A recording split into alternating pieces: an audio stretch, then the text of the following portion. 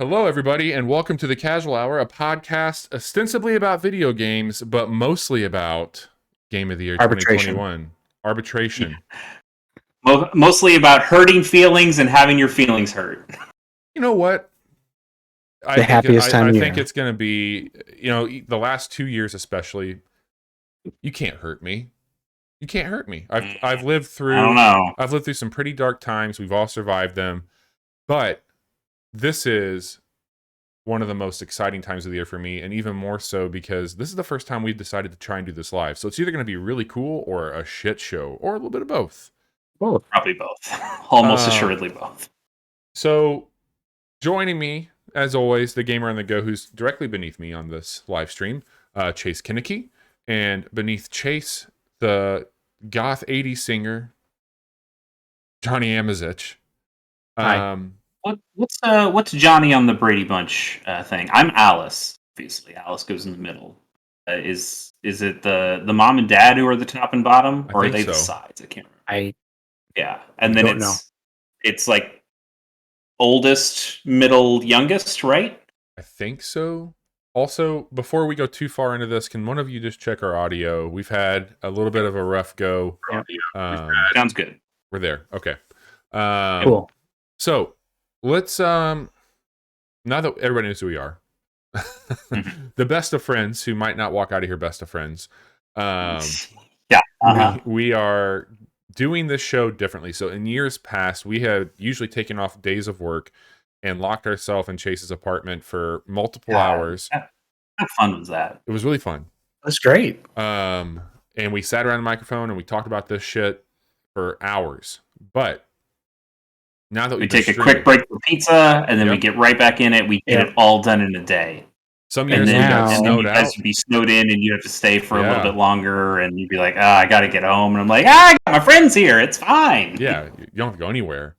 I don't have to go anywhere. But because nobody wants to hang out with us for that long, we don't even want to hang out with each other that long, we decided that we were going to change our formatting to fit into our new streaming format. So we're taking this week, Monday, Wednesday, and Friday, and we're going to be breaking down our show into two nights of categories.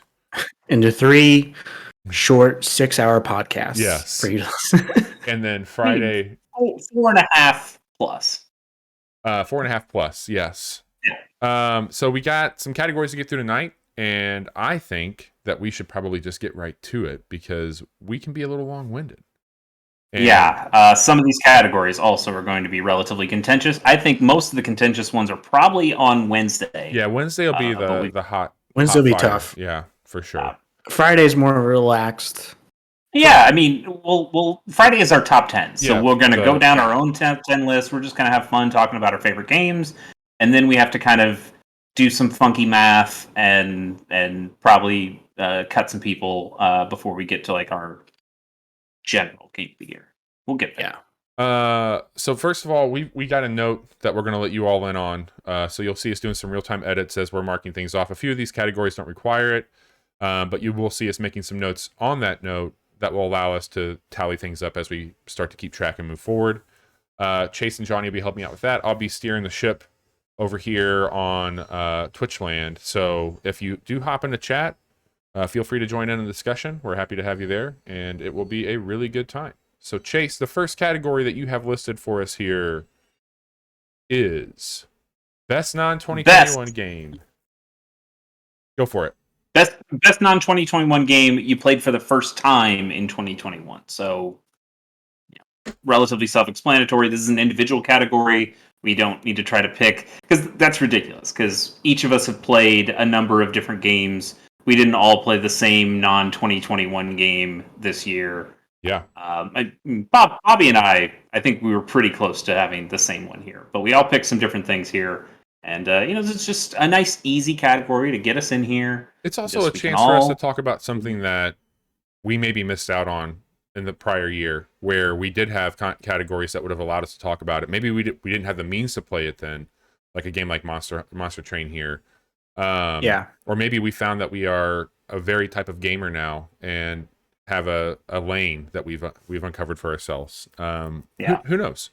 But And also, like when we do these podcasts, when you do a weekly podcast, Yeah. you get caught in a grind. There's a certain grind, especially when we do these preview episodes every month. We're always talking about the new stuff, and I on one hand that's great. Like there's always new games to play. That's awesome. But on the other hand, there are still a bunch of great games out there that we have never played. Yeah. And those games just don't seem to get love very often because of the grind, the newness churn. Yeah. And this is our chance to kind of highlight some of those older games that we also like. Yeah. So yeah, I'll start. Bobby's already mentioned it. I am choosing Monster Train. I remember seeing this be played last year, and I thought, like, it seems okay. Like I already have Slay the Spire. I'm fine. Thanks though. And then it came to Switch. And then Bobby and I think, played it for a casual Monday. And I think Bobby had said, like, hey, let's do a quick look at this one, too. I'm like, I've seen this game, but sure, whatever. And when we got in and I actually got to see more of the mechanics, I went, this is my jam. This is my jam. And then I played it on Switch, had a fantastic time. I think they do a lot of really great things to make that game extremely playable on Switch, unlike some other roguelike deck builder games that came out on Switch this year. The ways that they built this game, it's a great Switch port, and I've been playing it a lot of the year and having a really good time with it. So Monster Train. That's awesome. Monster Train. I put down Subnautica. Anybody who's been hanging out with us over the past year has known that game really captured me, and it took a ton of my time this past year. Like it took me away from. You were, no pun intended, you were deep into that game for quite some time. Bobby, weren't you really excited for the second Subnautica game, and so you played the first one kind of to just get ready for the second one? I was going to skip Subnautica and just go right to the second one because it came to early access and I got it on sale, and I was like, this looks cool. And I went and read some forums. I'm like, can I skip the first one? Are they related? And they're not directly related. I mean, they take place on the same planet, but everybody's like, no, like you should go play that game. It is the best one of those. Somebody said, this is what convinced me. They go, Subnautica is to the survival craft genre what Portal was for the puzzling genre. And I was like, wow, that's really big, but it's also very true. And I feel like Subnautica is one of the best, if not the best, one of those games. And I had such a great time playing it. It's such a fucking cool game. It's about everywhere now. I played it on PC, and it made my time with the sequel that much better. But it was really cool. Like I built an awesome underlap base, and I got to explore. That game fucked with me in ways that like I wasn't ready for. Like it's a very unsettling game, but it's also a very peaceful game simultaneously. And it has those contrasting moments. Yeah, big that time. really set it apart for sure. That's cool. The second one did come out, or is it still in early access? Yeah. It's out. It's out on both are out on everything, including the Switch. Cool. So Subnautica. This was a tough one for me because I barely have time to play the new games that are coming out. And a lot of the old games I play are games that I've played over and over again. But earlier this year, Hello Neighbor, we know you're always playing Hello Neighbor. That's my top 5 all time. Mm-hmm. But I decided to remedy a mistake of never having played a Lucas Pope game this year, and I picked up Papers, Please and Return of the Obra Dinn. Haven't played Obra Dinn yet, but I have played some of Papers, Please, and I really liked it. And I haven't put a lot of time into it, but we did a quick look of a not good version of one of those games the other day. Oh, really? Yeah, we did. See, I don't have... I don't know. We might scrap that quickly. Yeah. I don't have a ton to say about this other than the fact that I played it for around an hour, I think. And even within that time, it still finds a way to affect you. Even though it's this very, it's like 8-bit dialogue screens, but you're making decisions that people will live or die by. And it's very effective at what it's trying to do. So I would. Did you talk about this game on the show this year? Not really. I think I said I bought it. Yeah. Okay.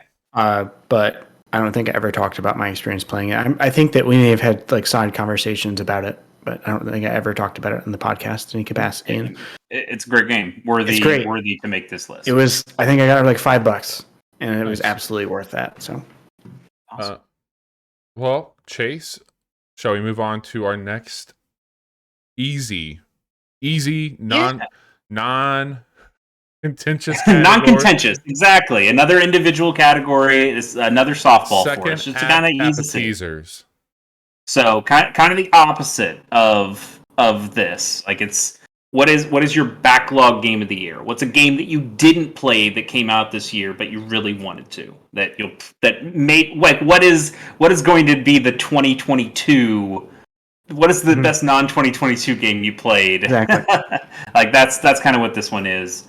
I see that Bobby's got it pulled up, so I will say what mine is, and it is Fantasian, which is a game I technically played. I played like an hour of it, but man, when Bobby showed me this game, we did a quick look on. I mean, I'd seen this game before, but then when Bobby pulled me in, and was like, "Let's do a quick look at this game."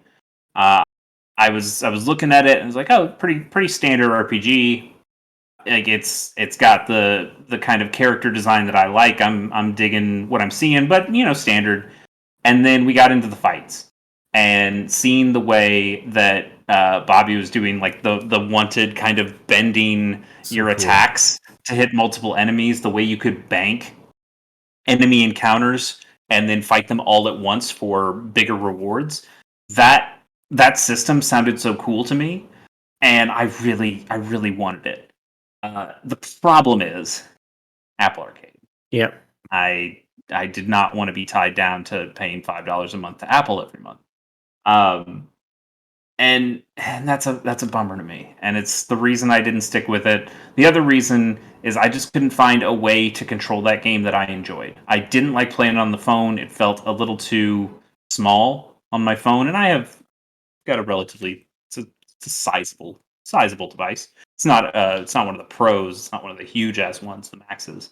But it didn't feel good on a phone to me. And I tried playing it on my MacBook, and I didn't like it there either. I didn't like the way the touchpad controls worked. It didn't feel right. What I really need is an iPad, and my iPad is too old to run this game, unfortunately.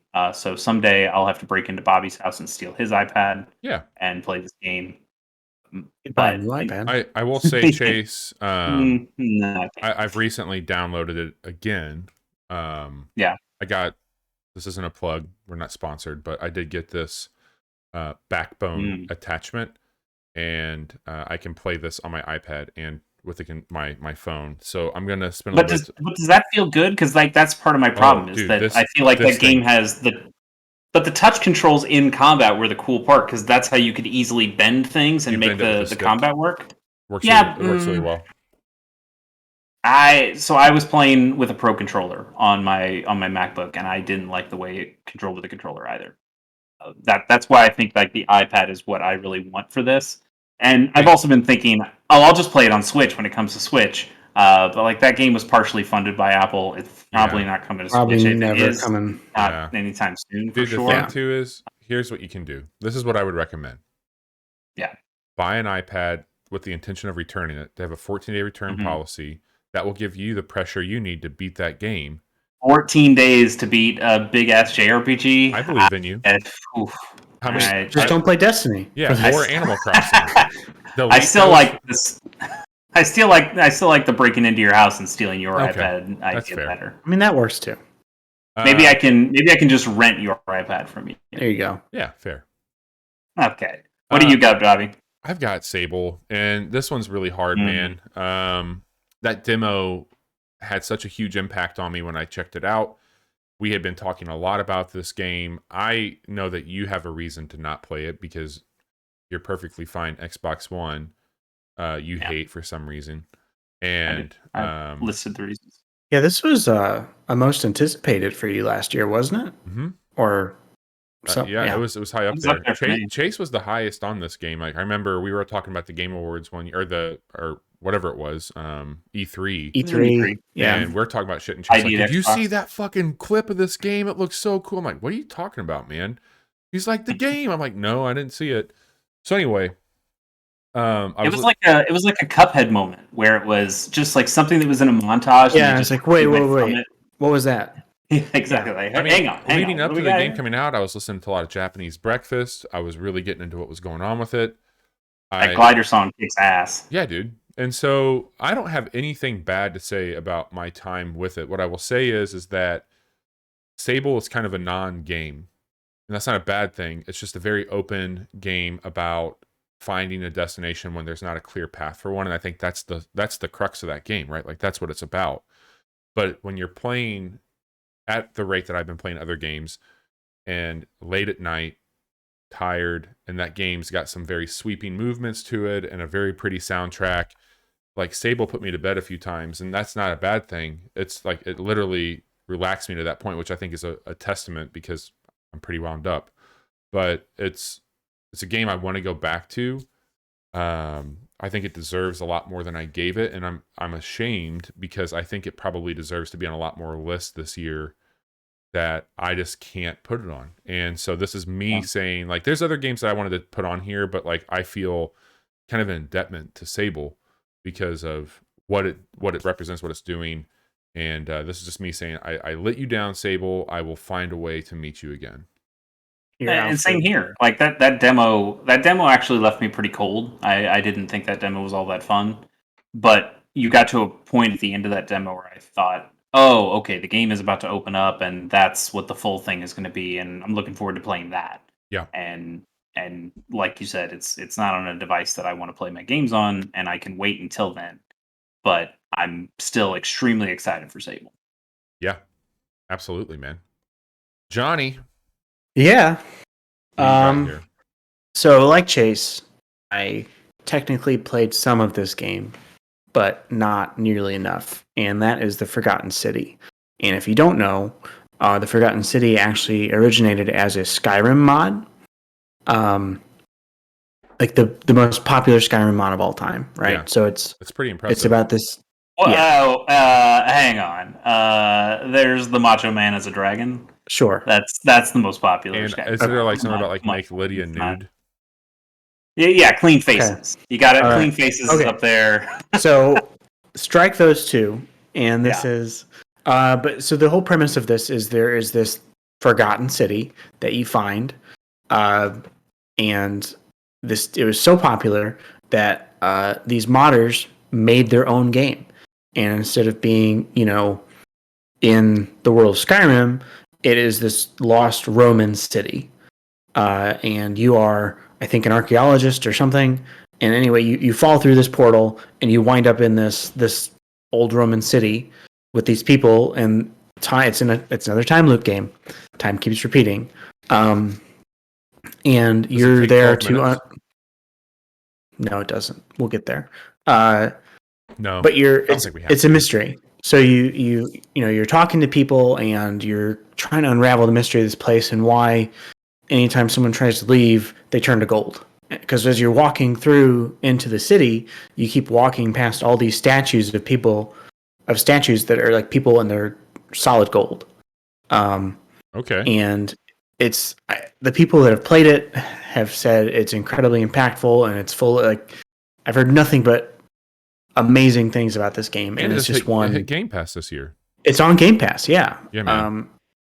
At least on PC. I'm pretty sure it's on console as well. Now, how does it run? If it's based on Skyrim, it sounds buggy.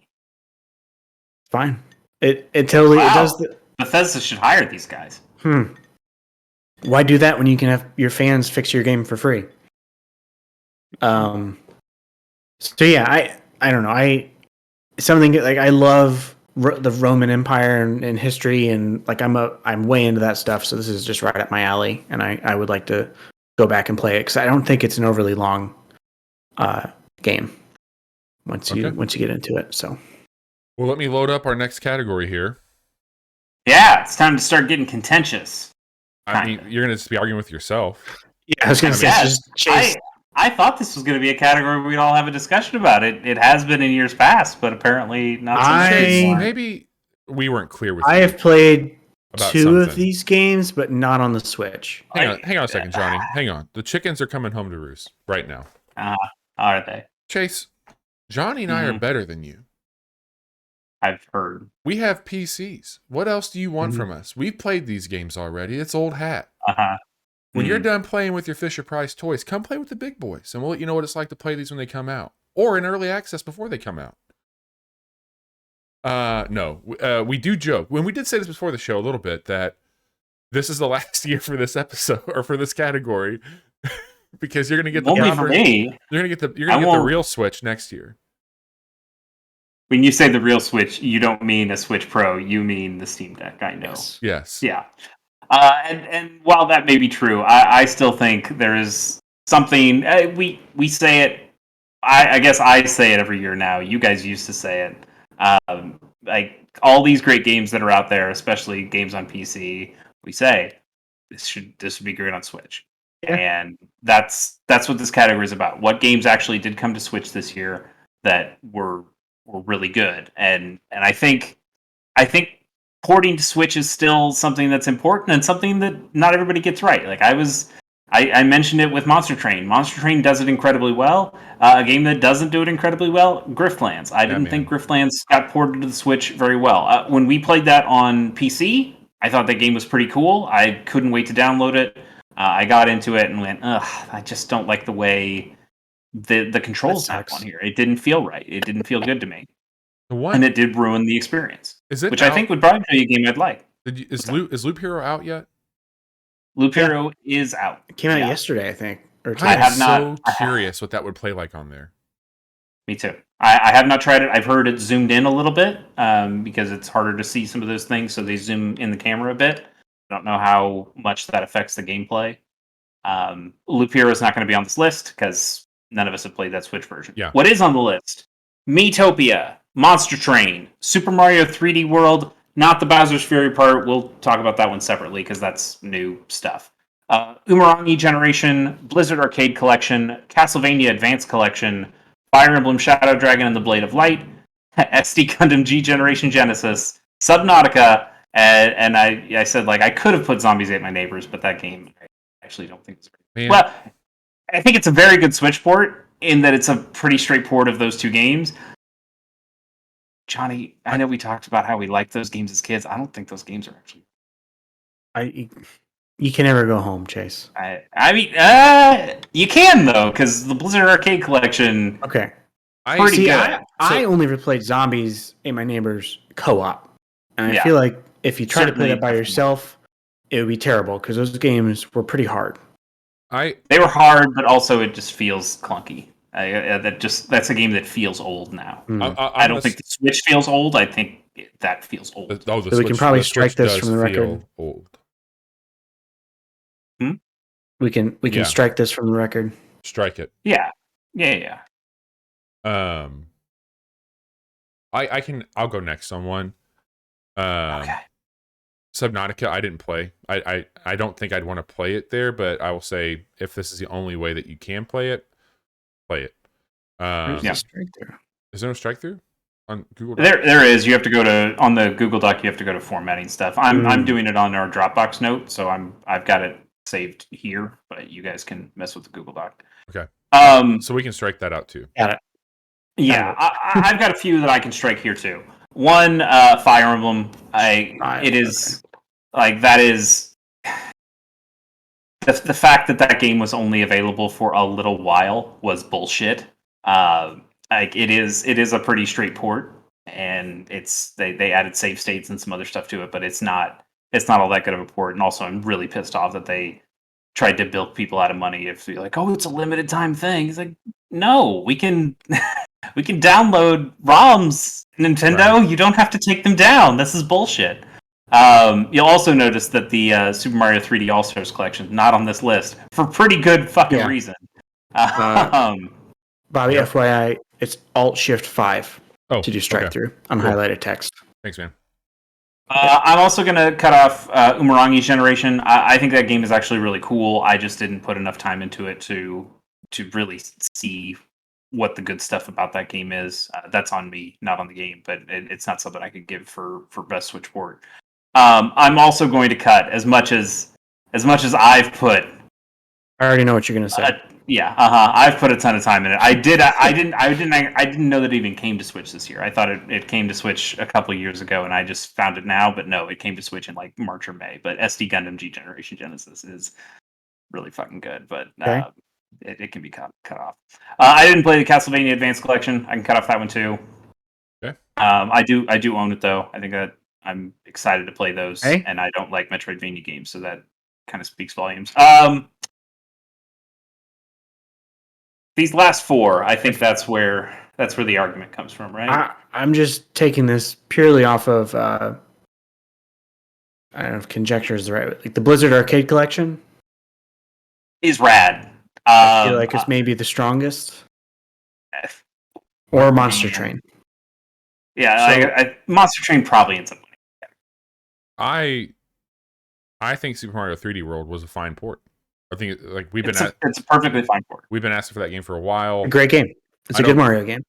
I think it's probably the best Mario game people haven't played, and I think that yeah, considering where it came from. I know that we're not going to talk about it right now, but because of what it's packaged in with, I would say like if we looked at that as a whole, I think Bowser's Fury is some of the most interesting Mario's been in a while.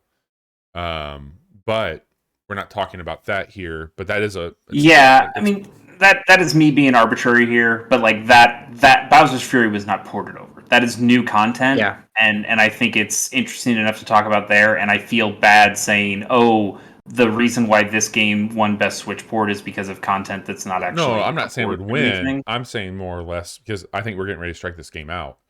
Is that probably? I only played 2 worlds of it. I think it's really solid. It is still the Mario game I feel like I haven't played.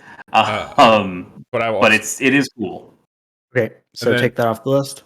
I know that you really like Miitopia. Yeah, take that off the list, Johnny. I think that you liked an aspect of Miitopia, which I think was really cool. Yeah.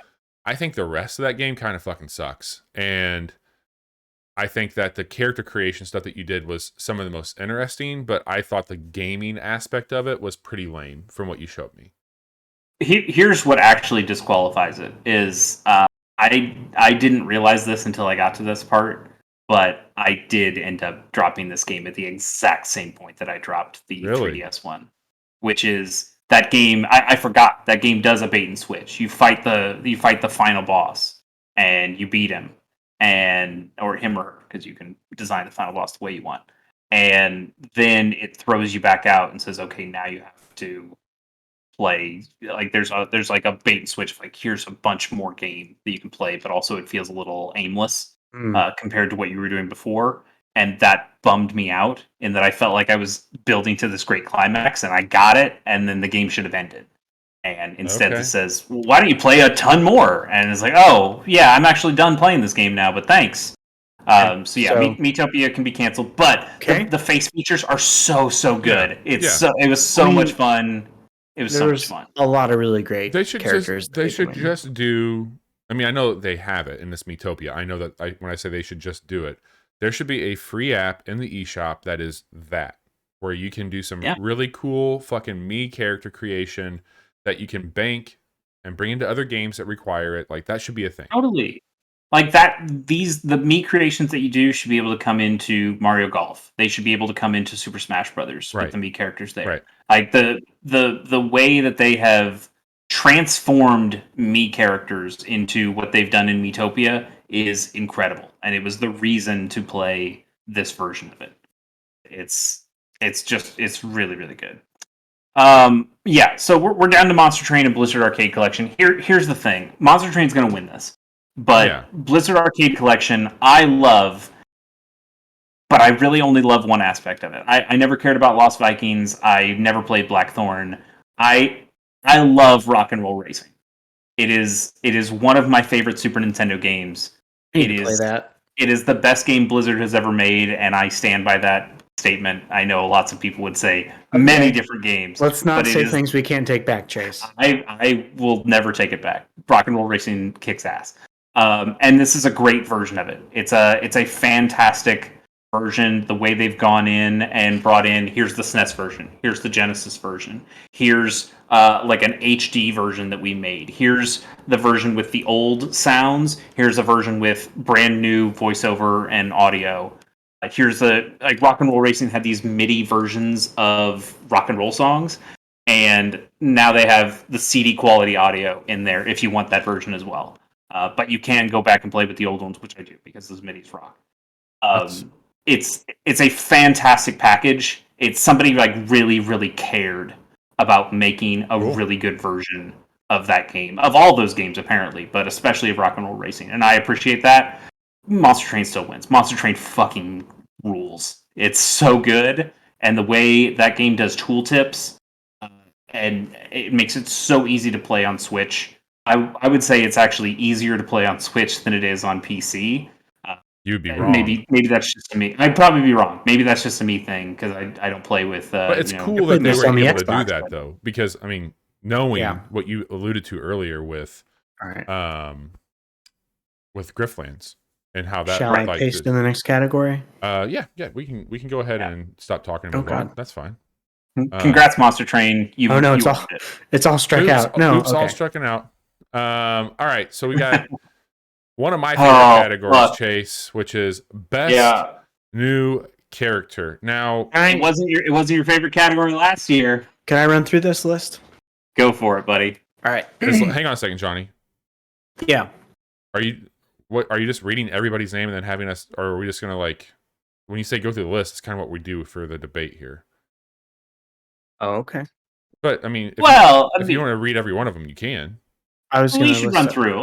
This show is also audio. This is an audio podcast as well as a video one. People need to hear the nominees before we get into cutting things. Yeah, that's what I was thinking. I'm in podcast mode right now.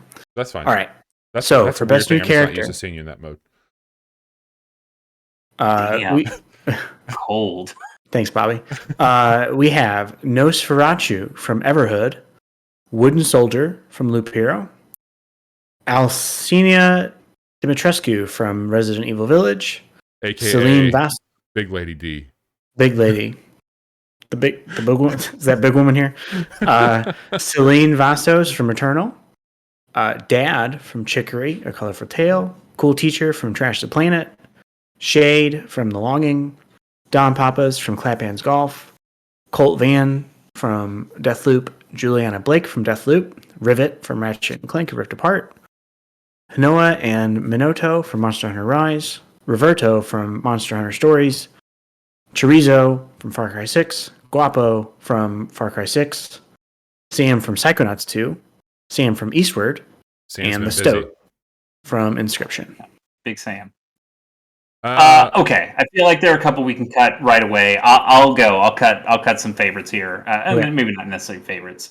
Cool Teacher from Trash the Planet is fun.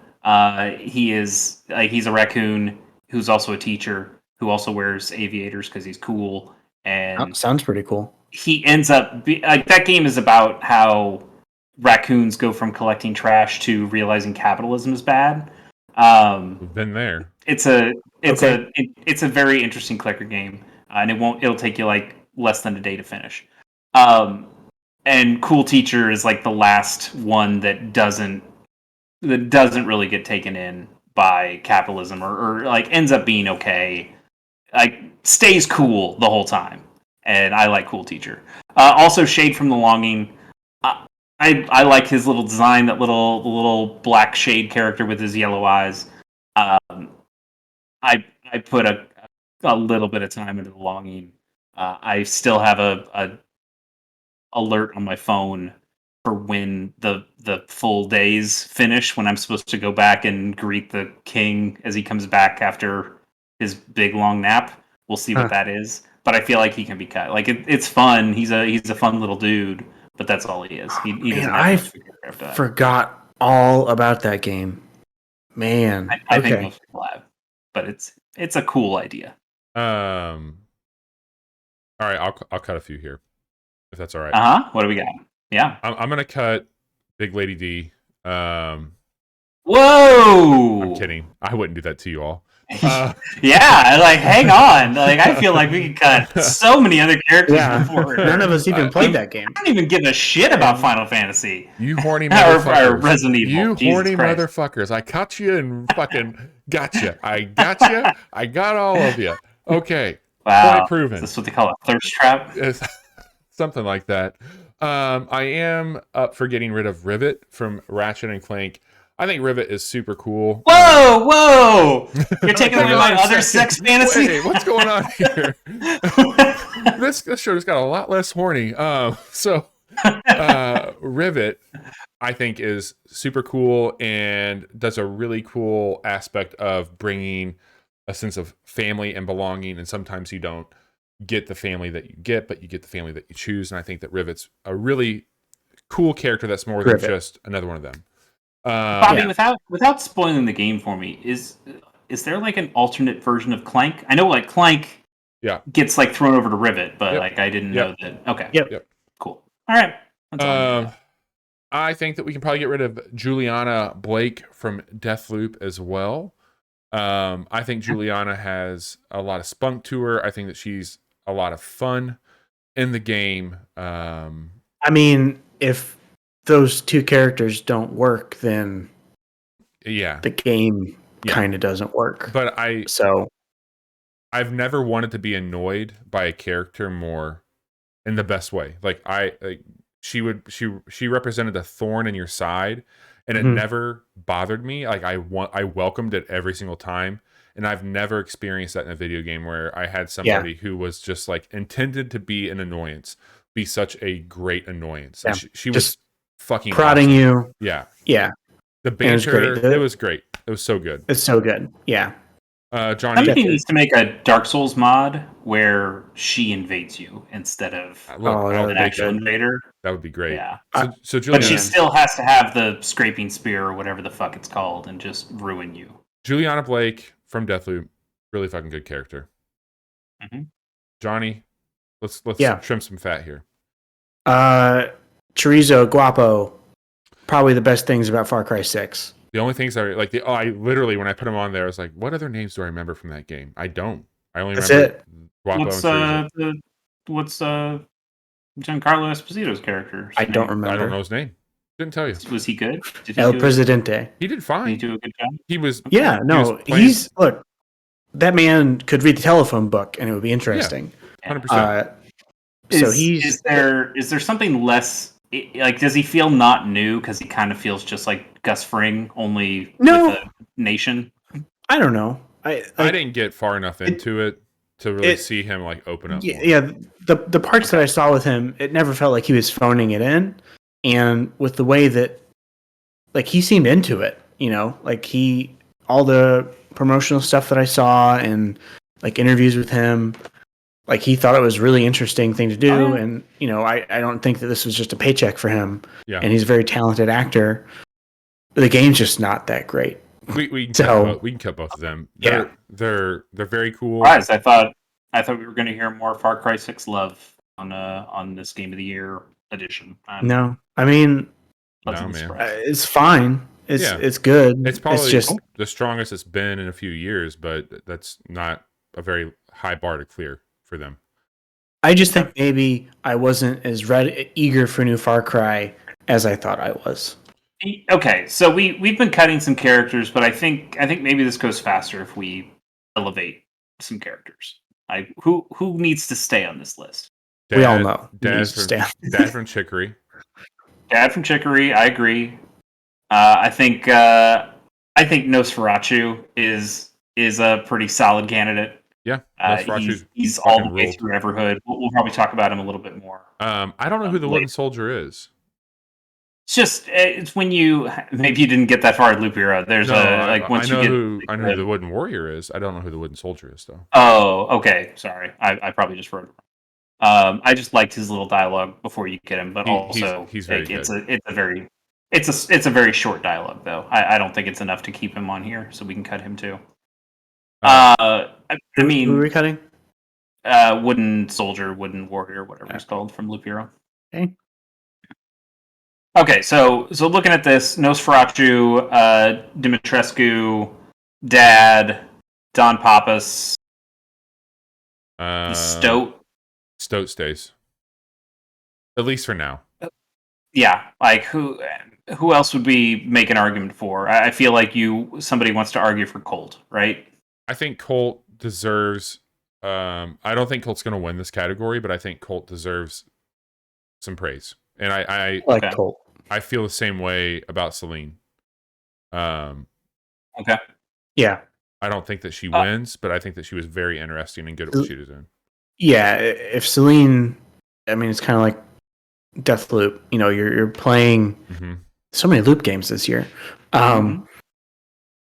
If her story isn't interesting, like in between you seeing all of these levels, you know, even though they're procedurally generated, like the dressing is still the same.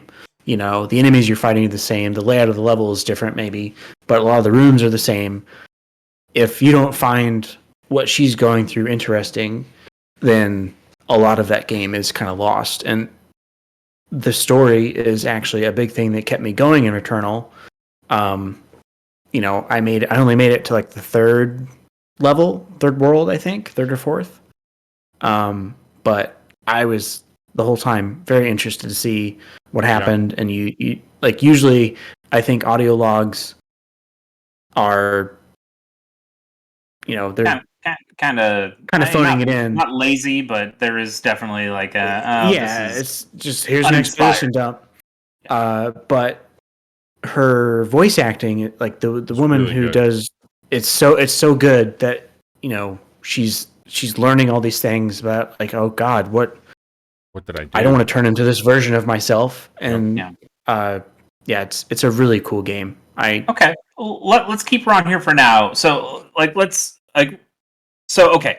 Can we cut both Sams, the one from Psychonauts 2 and the one from Eastward?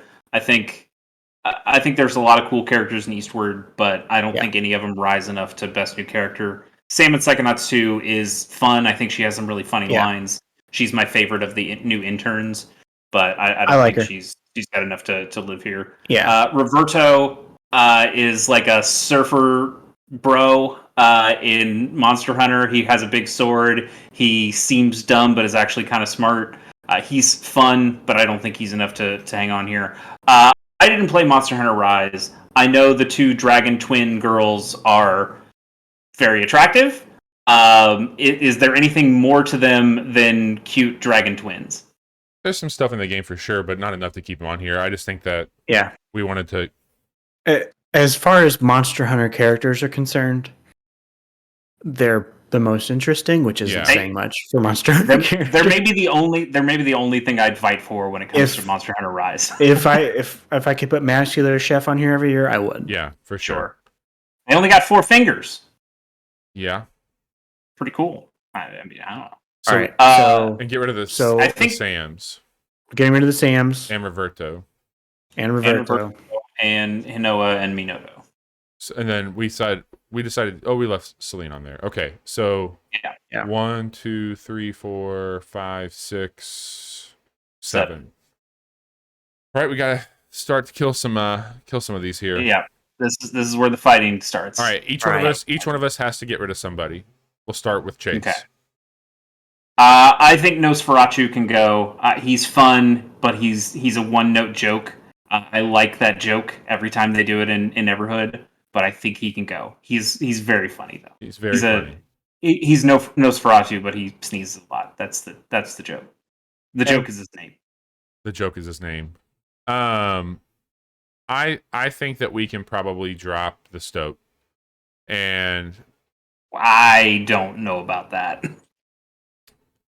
The Stoat, I think I haven't played Inscription, so I'm of no help here.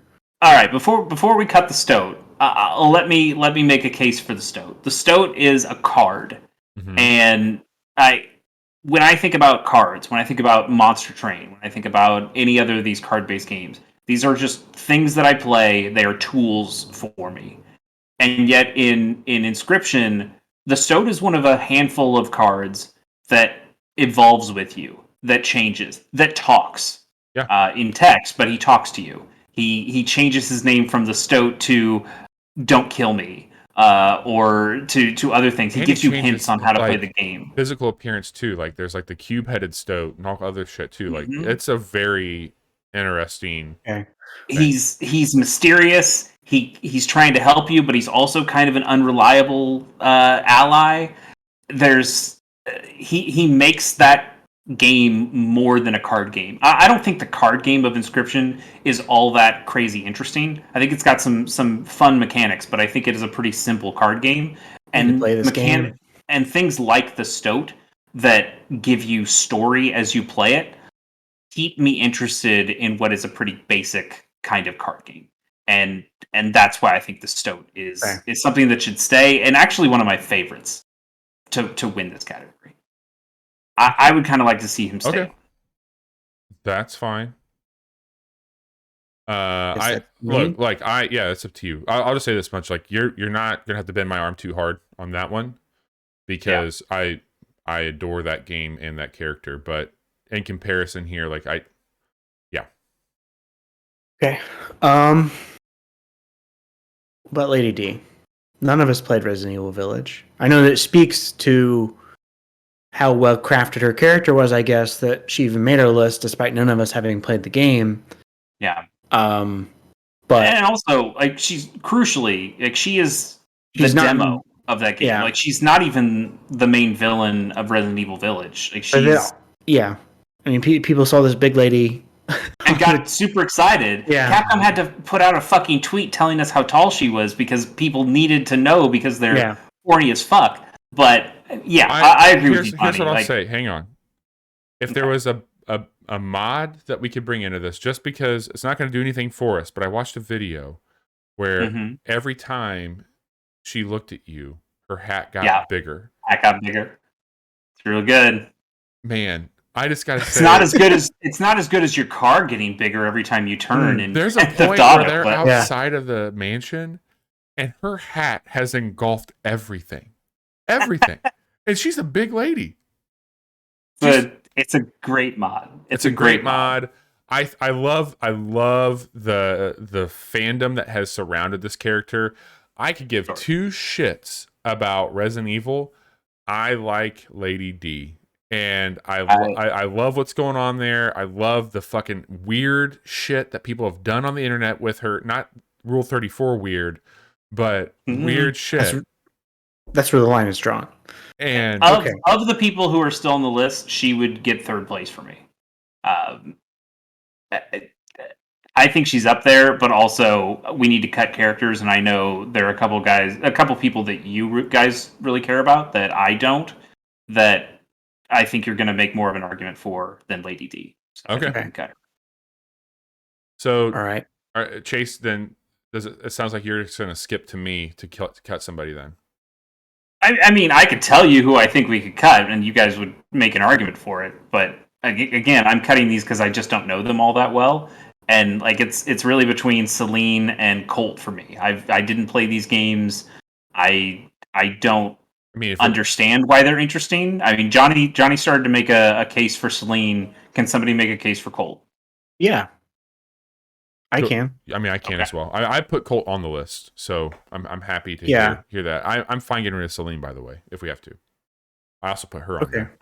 I think, I mean, these are both, like, when I was looking through, I saw those, like, okay, Bobby took care of that, because those are names that I would have put down as well. I think Colt is a great I can't see. I lost my. No. I mean, that is interesting though, because like he is the protagonist. We've had first-person shooters where people don't talk. We've had our Gordon Freemans. But Colt is. You're playing a role as Colt. Yeah, you're not playing as you. You're playing as Colt. So what's up with Colt? And he is just as confused as you would be in this situation. Yeah. And so you're going through the motions with him as he's unraveling all of these secrets and learning about all these people on the island that are making this shit happen. And then you find out that Colt was head of security, and a lot of the things are the way they are because of things that Colt did and decisions he made, and him and Juliana worked together. And now it's all about okay, well, how did he end up where he is whenever we meet him in the game then? And Bobby could speak more to that than I could because I didn't get all the way to the end of this game. But I think No. I think I'd take Colt over Celine. Yeah. I think Celine's very interesting. I think Celine has big Ripley energy from Alien. Yeah. She's great. She's a really awesome protagonist for that game, and I think the way that she's written and like but if I had to pick something for Returnal, it'd be less about the character. It'd be more about like the gameplay. So I think, even though I think Celine is a good character, so we'll see. I say we cut Celine and we leave Colt on here for the time being. That works. That'd get us down to 4. Two of these characters haven't been talked about at all. We've got Dad and Don Pappas. Man, Does somebody want to talk about one of these? I'm going to talk about Dad for a second. Okay. Dad is, in my opinion, one of the most interesting and well-executed mechanics in recent years for gaming. And we've all been stuck in our lives when we're trying to figure something out, and we have a lifeline that we reach out to. And the way that they do this in the game is if you get stuck, there's phone booths spread throughout the world of Chicory where you can call home. Your mom always answers first. Your mom will give you hints. Your dad will start to creep onto the screen and try and take the phone from your mom. And you have the option to let your dad take the phone. And if your dad takes the phone, he just tells you exactly what to do. But he does it in such a fucking fashion that is just so lovable and likable. He's a little raccoon. Is it like a dad? Yeah, but he's like a dad that like knows that he's you can tell that he's such a fan of what you're doing, and he believes in what you're doing to the point that he wants you to just be successful. And I think that they do such a fantastic job of making this weird, food named creature call home to its interspecies parents and have this moment where it's such a sweet and well executed thing that even if I wanted to like figure it out on my own, because I think that's one of the beautiful things about this game, I never did. Like I always wanted to hear my dad tell me what to do. And yeah. I think that they did such a good job with that. Dad is an awesome character. It's an even better mechanic. Like it's something that we all need in a game sometimes. And I think that they do a really good job of bringing that to light. Bobby, can I propose an edit here? Yeah. Mom and dad. I think hearing you talk about it, I think the interplay between those two characters is what makes it interesting, and especially when speaking about it as a mechanic. Yeah. That your mom gives you a hint, like she's like, "Hey, you're on your own. You're trying to do your thing. I respect that. Let me give you just a slight push in the right direction." And then it is that the dad is just reaching. Give me the phone. Give me the phone. And the way those two talk and the way they bounce off each other and bounce off you, I think it makes that really interesting. Like makes that mechanic really interesting. And they always have things to say, and it's real good. I think they're fantastic. Now, as a team, here's where I get stuck. Okay, because there's one character we haven't talked about. Yeah, and it's can I make the case for this one, Bobby? Yeah, please. Okay, I'm going to make a case here for Don Pappas of Clap Hands Golf. Here it is. He's fucking Don Pappas. He wins the fucking category. Yeah. What do you want? What do you want? It's Don Pappas. Backstory? Fuck your backstory. He's Don fucking Pappas. Fuck off. You want backstory? He's got aviators and he's got a fucking wicker ass sun hat on. And he's Don Pappas. You want backstory? Attitude. He's got a back pocket full of cash, full of bills. Dude's built like a brick shit house, and he hits like golf balls further than anything. Don Pappas rules. No, that's Don Pappas. God damn it. That's the Don Pappas promise. There's some meta here. Like what started off as a joke quickly became a reality for us with him. Yeah, like, there's definitely some imprinting going on with Don Pappas. There was never a time where I didn't have some fucking flamboyance of a great hole on this game where I did not send you a screen. Like if it was Don Pappas and he had the hole, you all got a screenshot. He's too good. And I think one of the other things we like about Don Pappas is that other people don't know who Don Pappas is. People, you can't hardly people find didn't play anything about Claphan's him. Golf. I know. So, Bobby, here's a couple of questions because I do think we should interrogate this one a little bit. Okay. One, Claphan's Golf has a lot of alternate costumes for characters. It's maybe the only way they get to show off their personalities in different ways. You have characters who, like, there's a girl who, like, oh, she's just like a sweet little golf blonde lady, and then the next thing is she's in like a motorcycle leather jumpsuit, and you're like, whoa, shit. What does Don Pappas have for extra costumes? What does Don Pappas become? It's a poncho and a sombrero. Okay, so he kind of goes like a Mexican theme. He's the man with no name, aka Don Pappas. Not as good. Like Pappas Classic is the Pappas you want to go with. Yeah. Right? Now, so the way that they do this in Claphan's Golf, you've got an alternate costume, but you've got variant costumes of each. So, like when you find him, he's wearing like a Tommy Bahama button down and shorts and a straw hat, and I think it's green, I believe is what he starts out with, but like you can unlock a variant that's red. Look, he's got it looks like maybe not turquoise.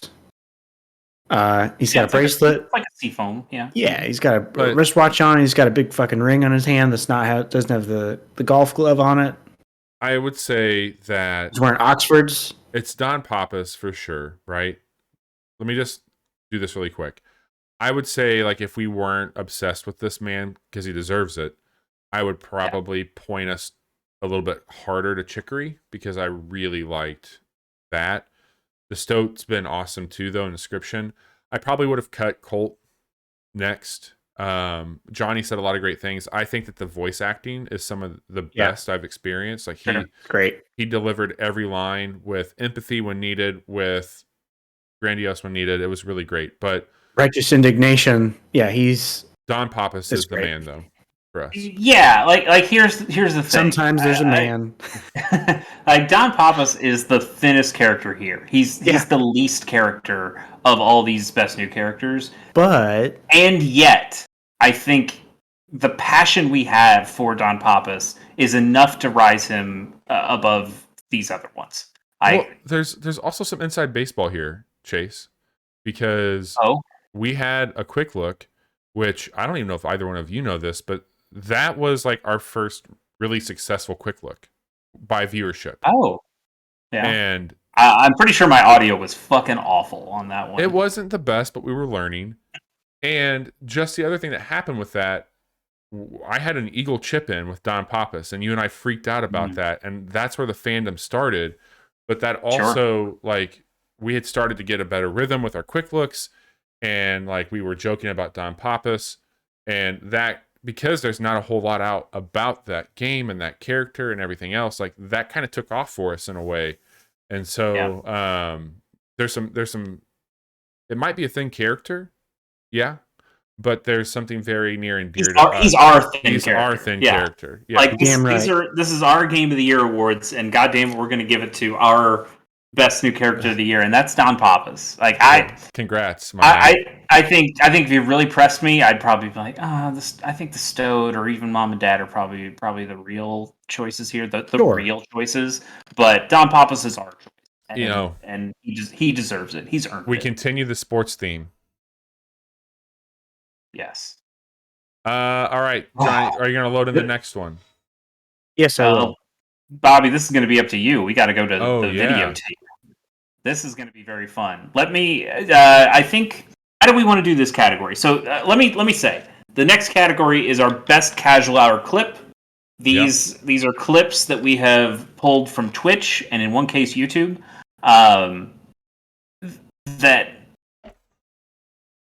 So we started streaming this year. We started putting these things out. Is when we started.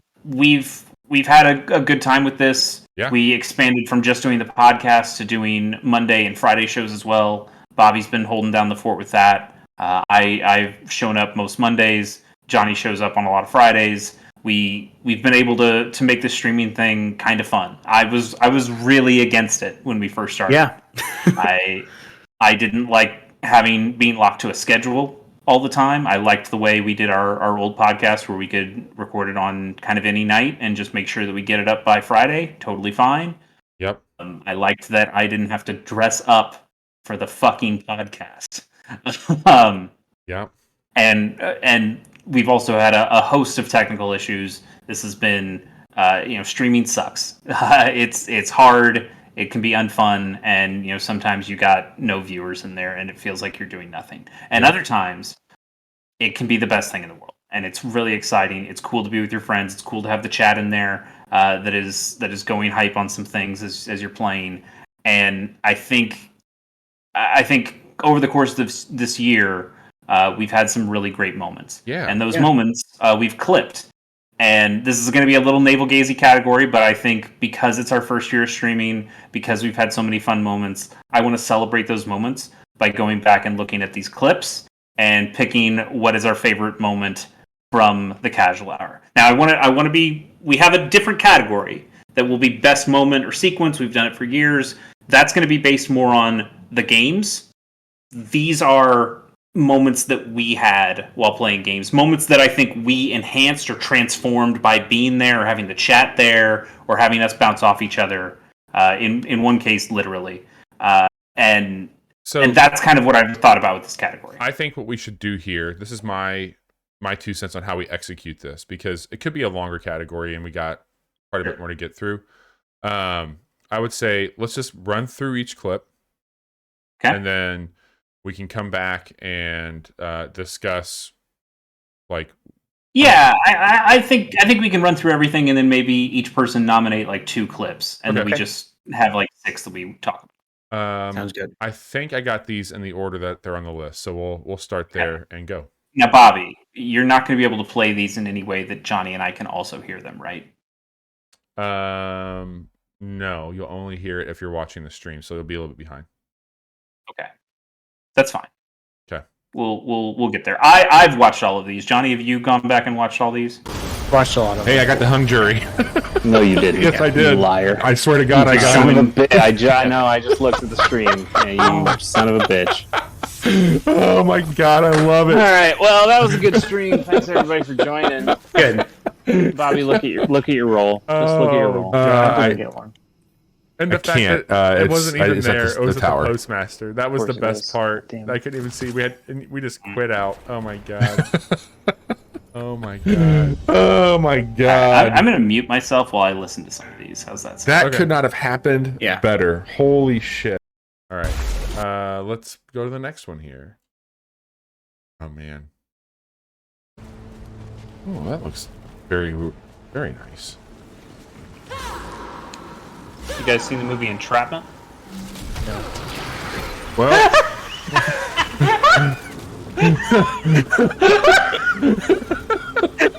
That didn't happen in the movie. Hey, have you seen Entrapment? Let me show you. wow, Oh, Chase shit. about That's fell out of his good. fucking that did not chair. work out. We're going to come back to that room. That's a good one. Um, That is a good one. You know what? I wish Returnal would have had some of this quality of life stuff, because I just like what the head was doing. Uh-oh. Yeah. Bobby, Alright, can try it you again. say the name of these clips before you play them? Yeah. Everything is anime. You want me to do the title that you have written down, or? Okay. This one is, sorry, let me get back up here to it. This is called Everything is Anime. Uh-oh. Hang All on. right. Try it again. Oh, okay. That's a choice. That was so perfect with the shot. Oh my God. Everything is anime. Not bad. There's life, bro. Oh my God. Everything Jiggy, is that anime. was, we had some really good times playing Mario Golf. Okay. This clip is called Hold Your Man Up. Get him the fuck out of here. Look at this dumb motherfucker. Get the fuck Yeah. out of here. Get the fuck out. Hold up your man. Hold your man up. Alright, why don't you shimmy out of the way? We just fucking weekend at Bernie's that Yeah. guy. Fuck that guy. Good. Oh my god, that's good. That is fights in tight spaces. What a game. What a game. All right. This next one is called In My Way. It is hard, but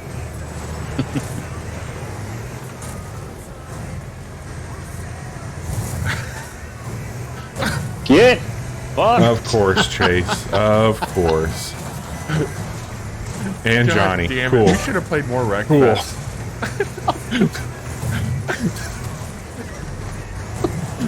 Get God out of here. damn it.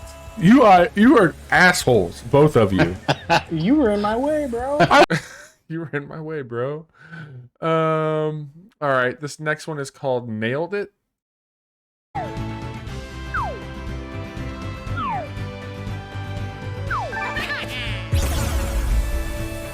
Slim Stinger.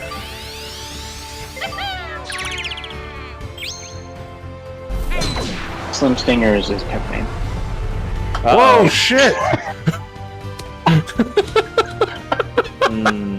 Well, that seems about right. Nailed for, it. Waluigi. Nailed it. Oh, Mario Golf. Fun times.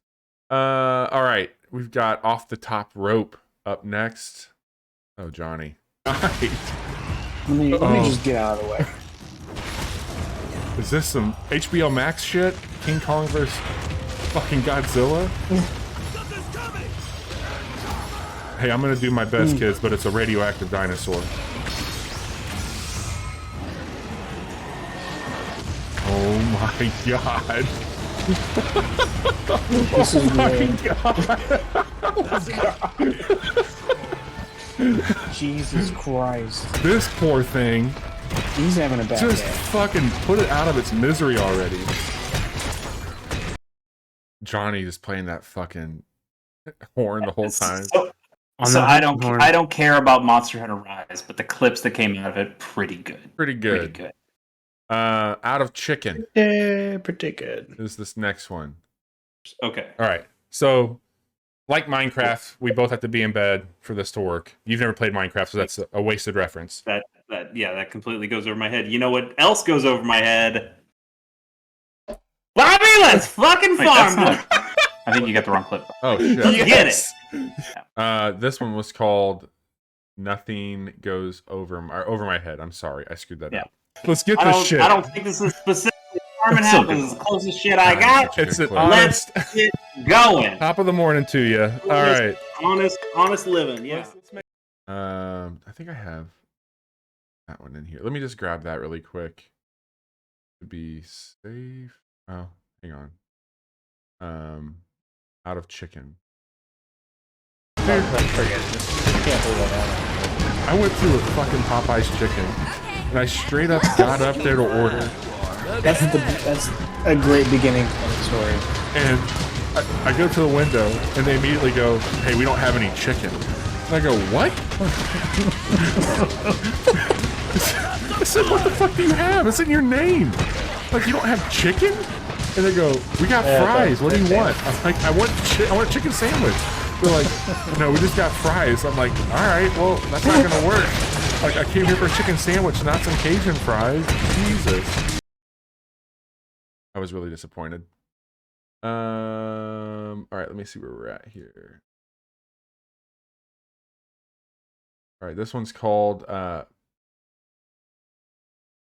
boy, I think I'm out of order here, Chase. Oh boy. Yeah. Next one should be Panicked. Panicked. Okay. Mm-hmm. All right, here we go. Panicked.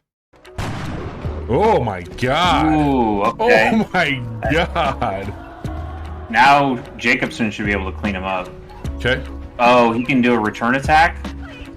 You're panicked. Oh no, he just panicked me because he. Oh my god. What? What the fuck?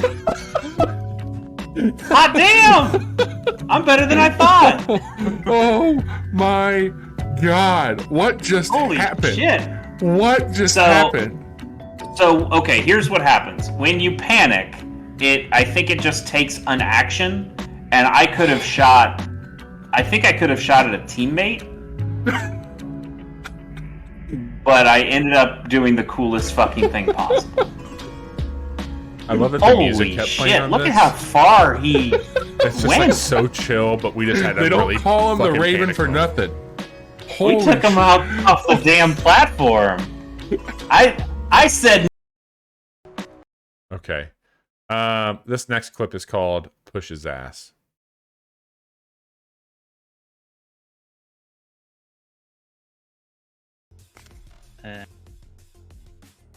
Yeah. Okay. That'll work. I mean, I guess he wouldn't have done. Oh, Hang on a second. Hang on, do I Push! get it? Push his ass! Push his ass! Yes! Push his ass! Yes! Yes! Yes! Ah, Fuck you! Oh my so god! good. That's God. What a fucking...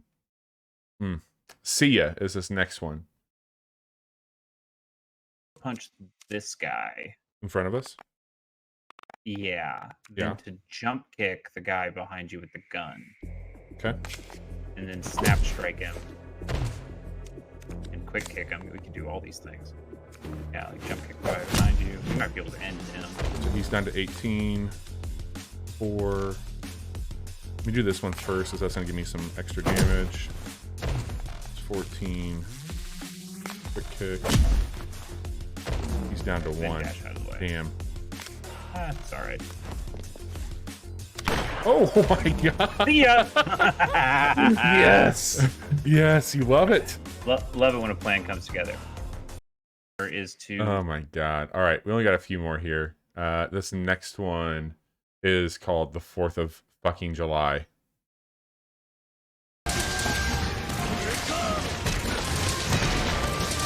It's like the 4th of fucking July, dude. This is just nuts.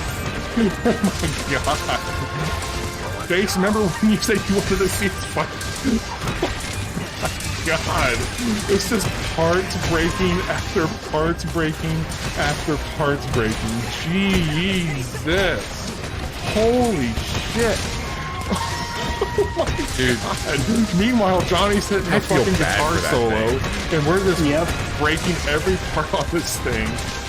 He's Like, got we so played a much shit. lot of Monster Hunter. Nothing's gotten its ass kicked that bad ever. That was that was a really intense ass whooping. This one's called Too Nice.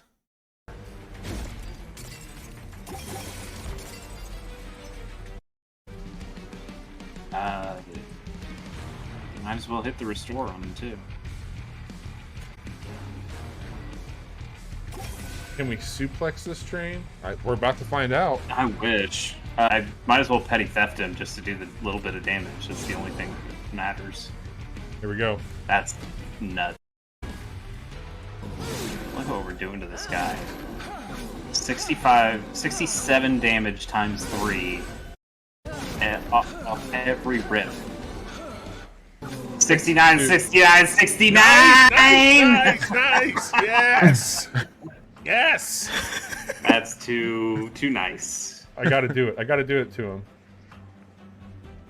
Yeah, somebody's gonna have to put that one. Oh my god. Alright. This one I think is called, well, you win some, you lose some. Oh no. Well, we lost a cockpit.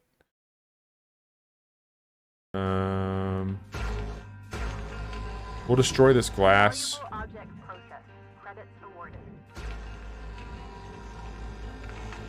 Fine losing it. Oh no, oh no, oh no, oh no. Oh god! Well, we lost a cockpit.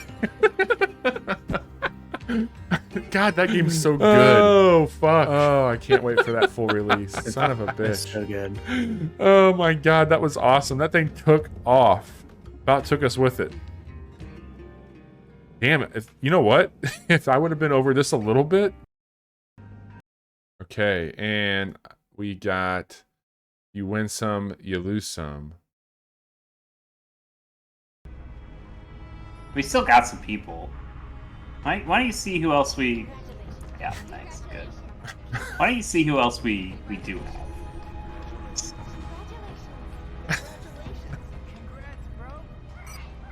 Oh.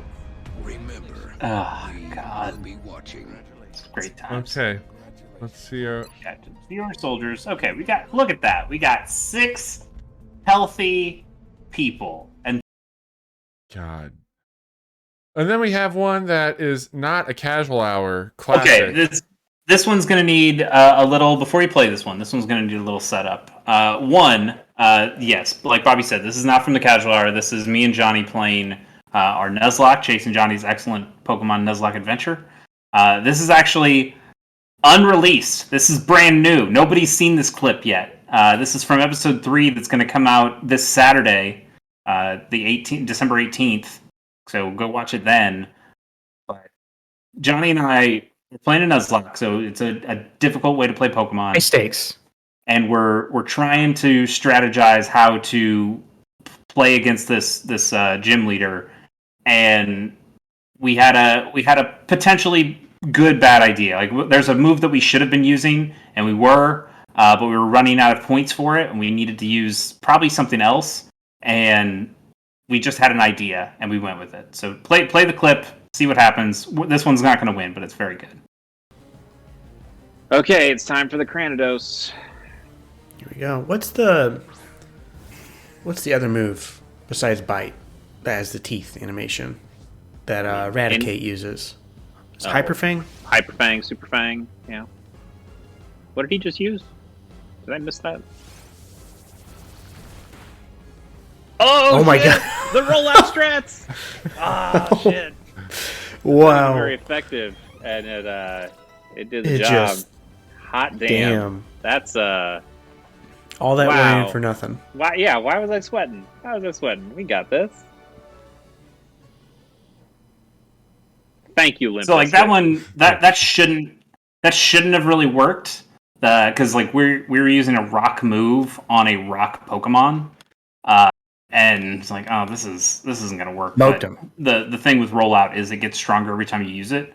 So we were able to use it a bunch of times on the previous Pokemon, and it just ended up one-shotting this Cranidos, and we had no business doing it. It was going to end up being a really tough battle, and we just And then it wasn't. accidentally strategized into doing a one-shot. It was pretty amazing.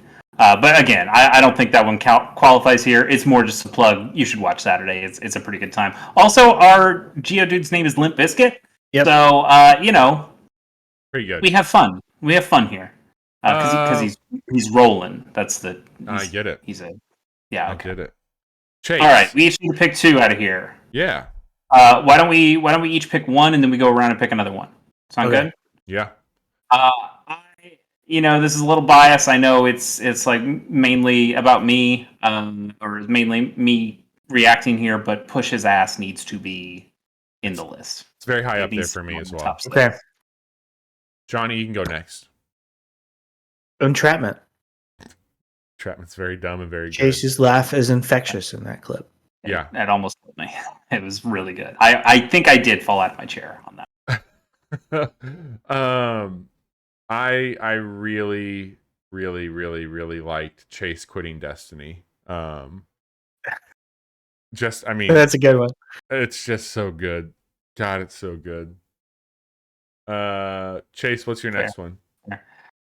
Man, there's some really good ones. I think I'm gonna go with We Lost the Cockpit. That was a solo stream for Bobby. It was a stream I don't think I was even a part of. I wasn't even in the chat, but that game that sold me on that game. I always thought that game looked pretty good, but that moment, I've watched that clip a lot, and I really, really like it. I don't know why I lost it too. I thought I did everything right. That's what happens when you're out there breaking up ships, man. Hold Your Man Up. It's got to be there. Like, just that ragdoll, broken fucking. It was just so good, so good. Yeah. Johnny, you got another one? Johnny? That's the one I was gonna pick. I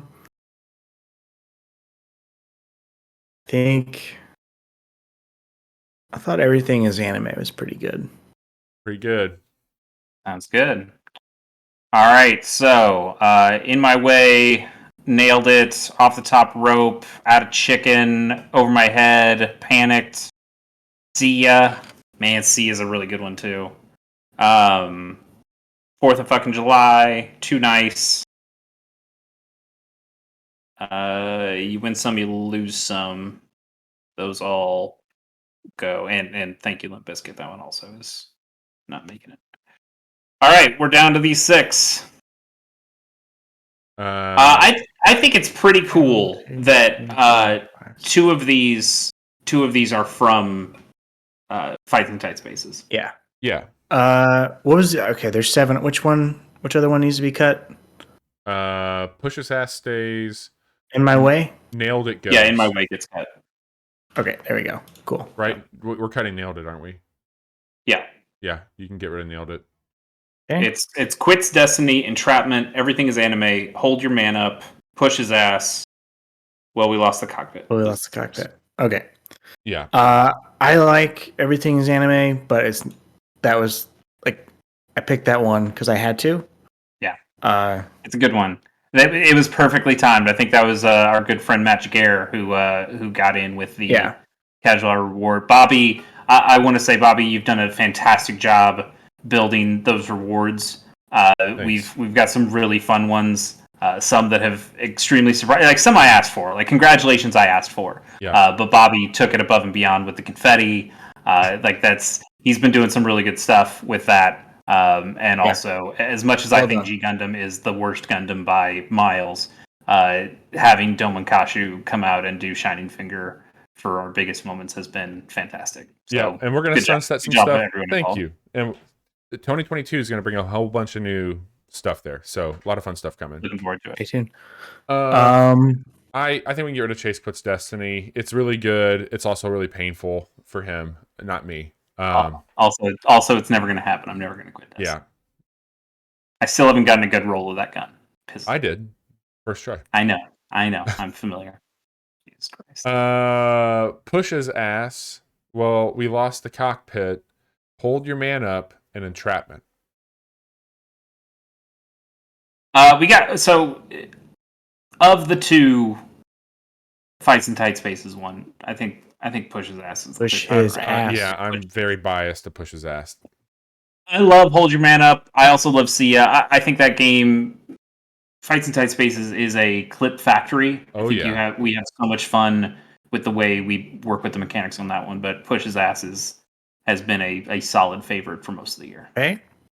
So it's between that and, well, we lost the cockpit. And Entrapment. And Entrapment. Oh, right. Okay.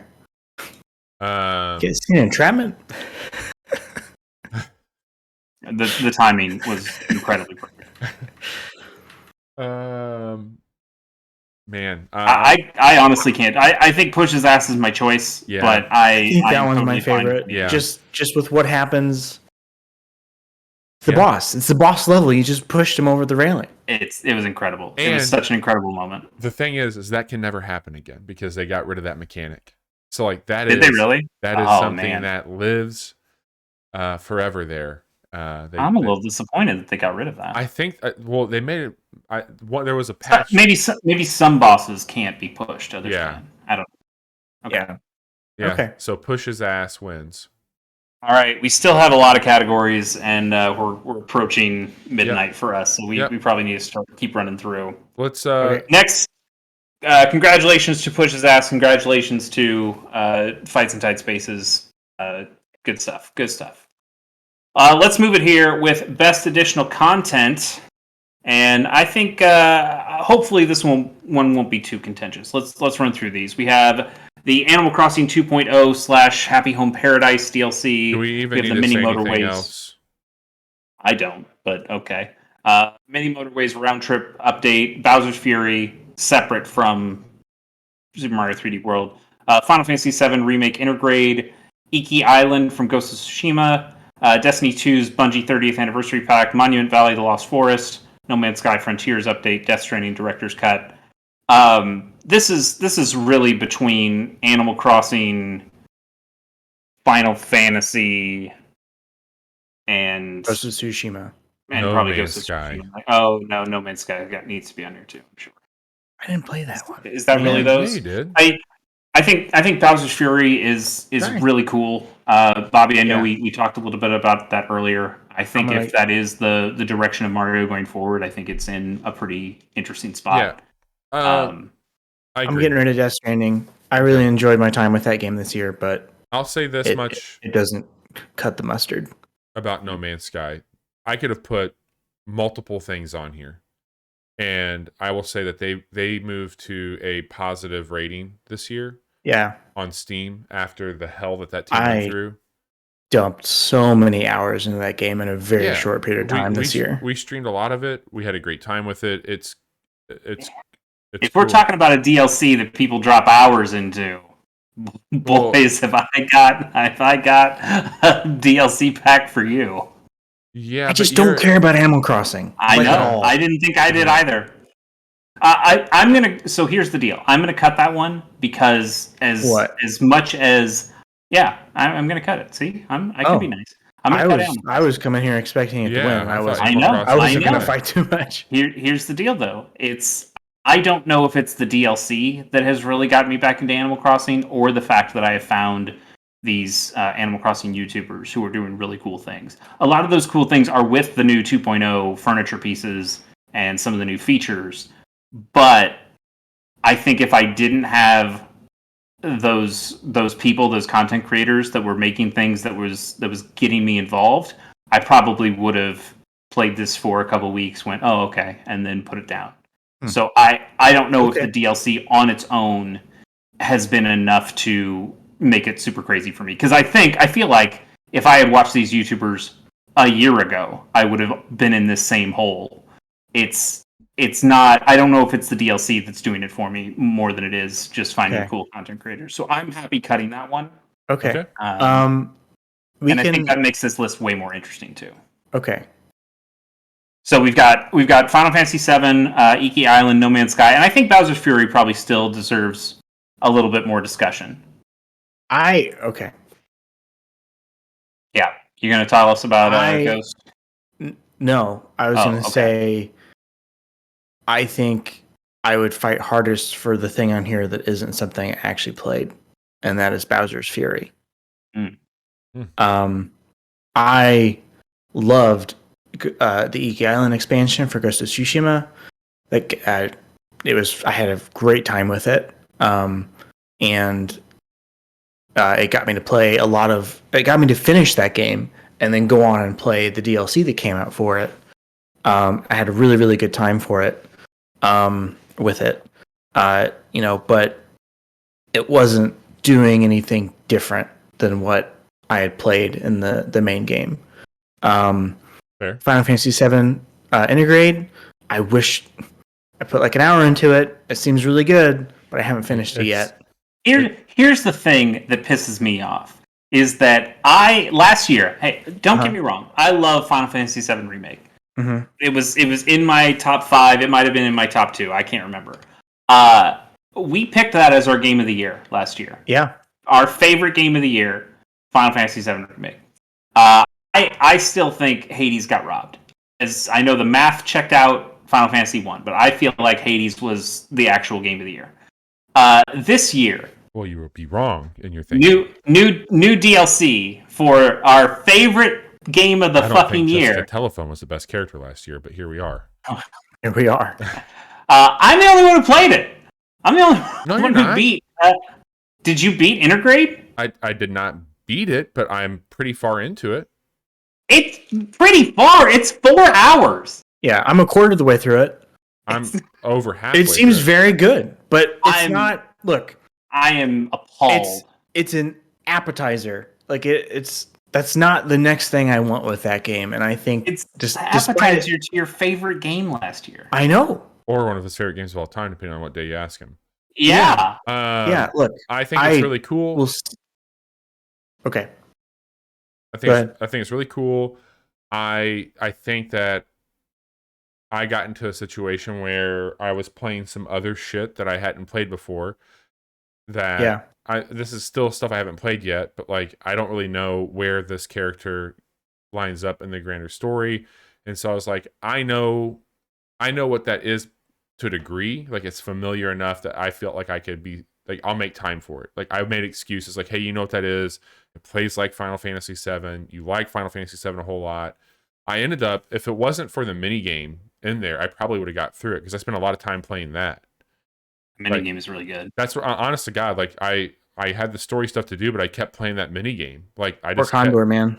It's good shit. I'll check my hour count on the game, but I bet you a large portion of that is probably. I that got game. to that, and I spent a lot of time playing that little mini game. And trying to as beat did I just that kept simulation for the playing. first time.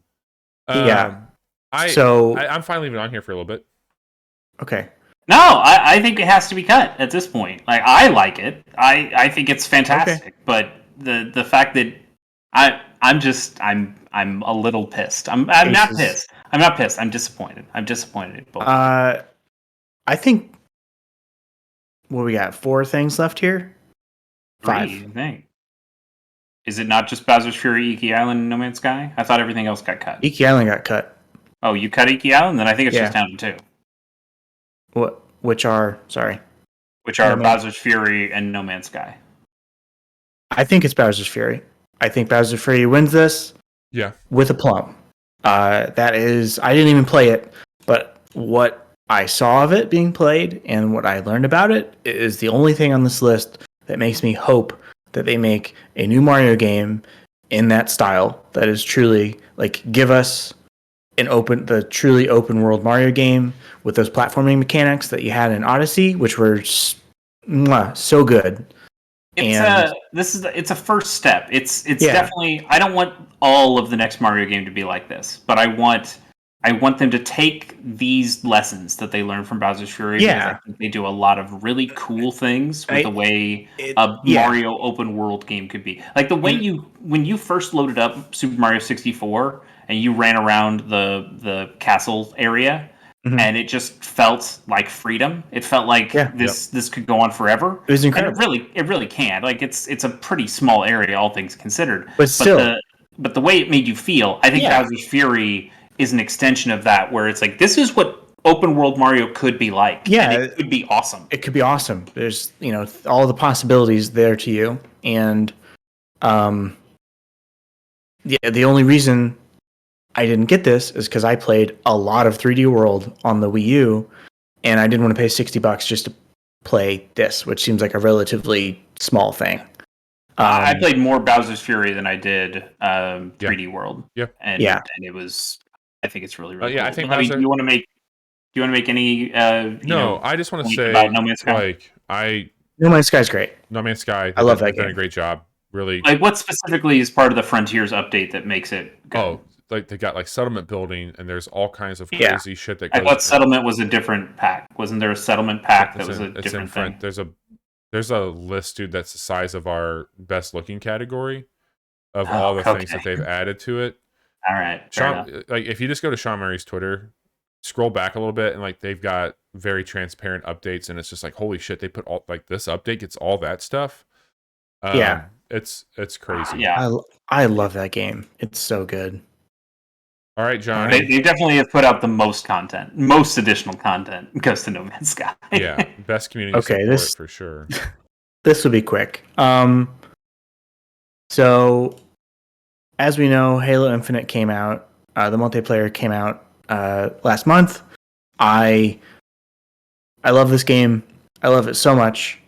And we all have our own self-serving categories, right? Yeah. This is Johnny's most hype Halo Infinite multiplayer moment of the year. And the winner goes to Tarzaning myself through the air with the grapple shot into the enemy team and smashing the shit out of them with a gravity hammer. Sounds like a pretty fun. Sounds like a good time. It's great. I wish you had a clip of it, but it sounds. That'd be nice. But yeah, like pulling yourself up to the ceiling, landing into a crowd, and just wham, triple kill. So congratulations to myself. Nice. The other ones you have on here sound like pretty good times too. Like it's all really getting good. Hijacked out of a flying vehicle and then just using the skewer and blowing it up. Yeah, that was very satisfying. Okay. Speaking of self-serving categories, yeah, this is for all you PC Master Race assholes out there. Hell yeah. Okay. Bobby, do you want to go through this, or shall I? Yeah, Yeah, Bobby, I'll Bobby, take why this don't you do it? This take a is nap. for best looking / most graphics, etc. We've got Forza Horizon 5, Hot Wheels Unleashed, Hitman 3, Ratchet and Clank: A Rift Apart, Kena Bridge of Spirits, Guardians of the Galaxy, Chorus, Returnal, The Ascent, Far Cry 6, Riders Republic, Biomutant, Back for Blood, Halo Infinite, White Shadows, Riftbreaker, and Icarus. So this is a category not to be confused with like best style, but this is those graphical masterpieces. Yeah. The ones that you would say. What pushes the most pixels? What's this is the what's can what's it using that run 4K, that Crysis? HDR? Yeah. Yeah. I'm gonna go ahead and strike Halo from the list. I think it's very pretty, but it is not. I Okay. wouldn't fight for it in this category. Same for Back for Blood. I think that it's got a lot of cool. It's a wet game, so there's a lot of really neat things that happen with that. A lot of splatters. But yeah, Back for Blood can go. Far Cry 6. I was gonna say, like, that one, I felt like that engine's starting to show its age a little bit, and it did look good, but it's kind of like Halo. Halo is extremely polished, and it looks really nice while you're playing it, but it wasn't. I don't know. Were you gonna No, say we should keep it? I think Okay. that it didn't have some of the best optimizations either. The Ascent I think looked really cool. It had it might be better in the best style, but it had some really cool ray tracing for that. But it was more isometric, so there wasn't a ton of detail that you could see compared to some of these other games. So I think that we can get rid of the Ascent as well. Okay. I mean, absolutely to speed up this category, but not to try to discount any of the other things here. But is this list Forza 5, Ratchet and Clank, and Kena? I mean, I think Chorus deserves to be in that conversation. Okay, is those four?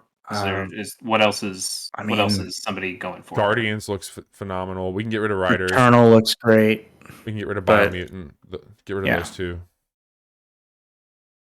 Icarus is gorgeous as well. Johnny, you've played that one. Mm-hmm. Riftbreaker we can get rid of. I don't know if I put White Shadows on here, and it's definitely more style, I think, than it is best looking. I was gonna say, like, that one. It seems very much, but style. We can get rid of that one. Okay. Icarus can go. Okay. I mean, it's very, very, very, very pretty, but it can go. I don't even know what that game is. We're gonna do a quick look of it. We can cut High Wheels Unleashed. That game, man. I mean, Dude, that game looks good. Dude, those for cars sure. look like I the think things Forza that they looks are in better, real though. life. But yeah, it's like that's the problem. It's next to Forza, and if you want cars that look the way that they look, it's Forza. Absolutely. It's Yeah, which is Can we get rid of Hitman 3? that game. That engine, though, man, that game looks great. Guardians is really fucking cool, but I think that there's two other games on here that I would put above it. So we get rid of Guardians. Riders Republic. Yeah, that can go. That's already been stricken from the list. Oh, it has. Okay. Yeah. Returnal, that game looks great. It has really amazing particle effects as you'd expect from Housemarque. But it's not my choice. Okay. Unless get rid of that. We can get rid of this is where I'm just gonna do like a little soapbox type thing. Ratchet and Clank is such a good looking game. Like it's got that for days. But I think that Kena Bridge of Spirits is a better looking game than it. I feel like you'd make the same arguments for both. It's like what is the best DreamWorks movie that's also a video game? Right. And I think they both are going for that crown. Like I think it's more of a style choice that neither of them looks like Pixar, but I think they both look like DreamWorks, and that's not supposed to be a dig that they don't look as good as Pixar. It's just they have a style that very much looks like cutscene to gameplay is seamless. So you'd actually go with Kena over Ratchet. But I didn't play Kino. I think so. Yeah. I mean, like, I played some Kino on a PS5 this last week, so I at I least don't know, have man. some Like, You know what? No, I played a little bit of it a week or two ago at my sister's. Yeah. My sister's PS5. Game looks damn good. It's a really gorgeous.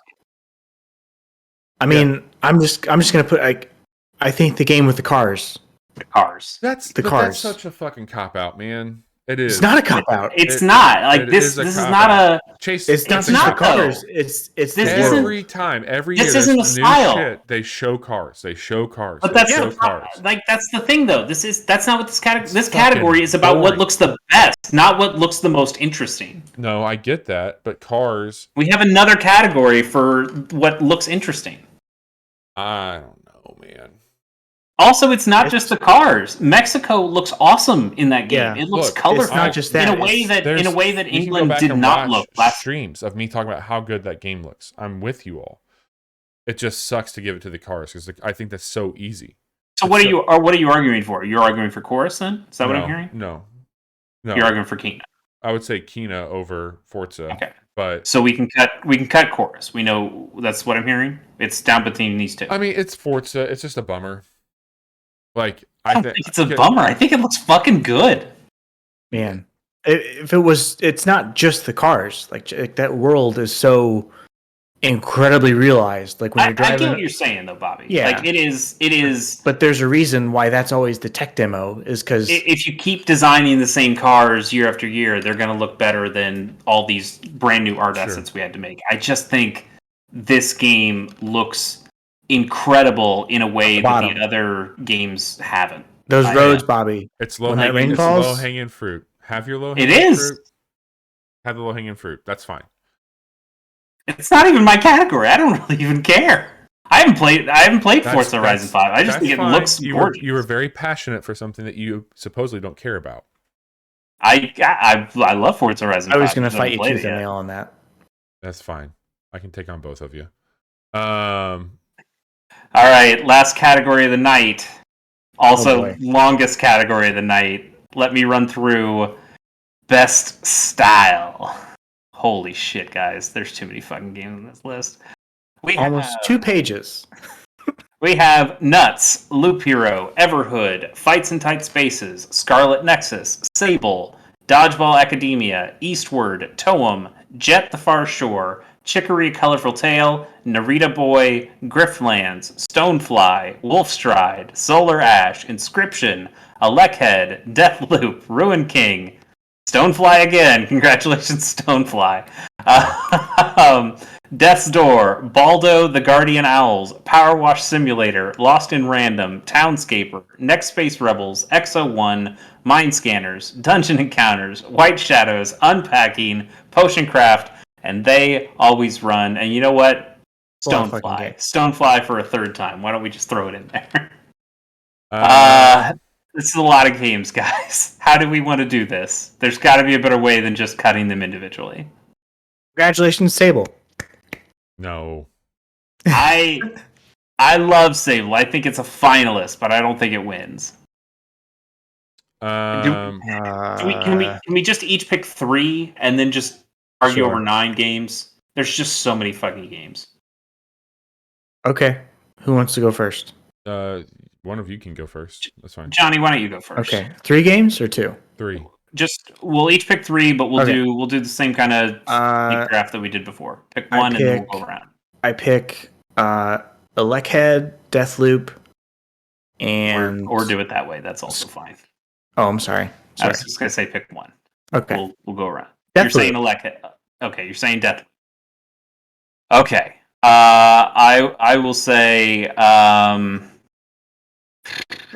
think Narita Boy has to be in here. Okay. Mm. Where the fuck is Narita? This list is too long. It is too long. Bobby? Poem. Okay. I'm going to say Alekhead, because I didn't say that yet. Sure you didn't.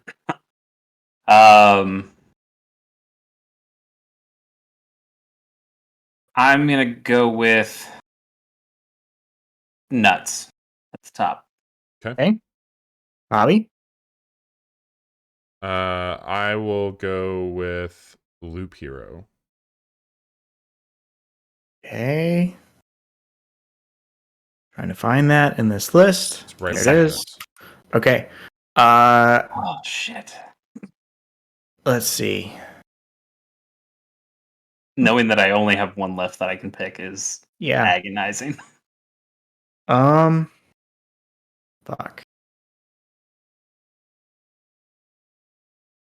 I'm gonna Also go. knowing Bobby's after me and thinking I know what Bobby's going to pick as his last one is giving me even more anxiety if I'm he gonna- doesn't pick the one that I think it should be. You know what? I like Rune King. I like the way that game looks quite a bit. So those are my all clustered together like that. How about that? Okay. Chase?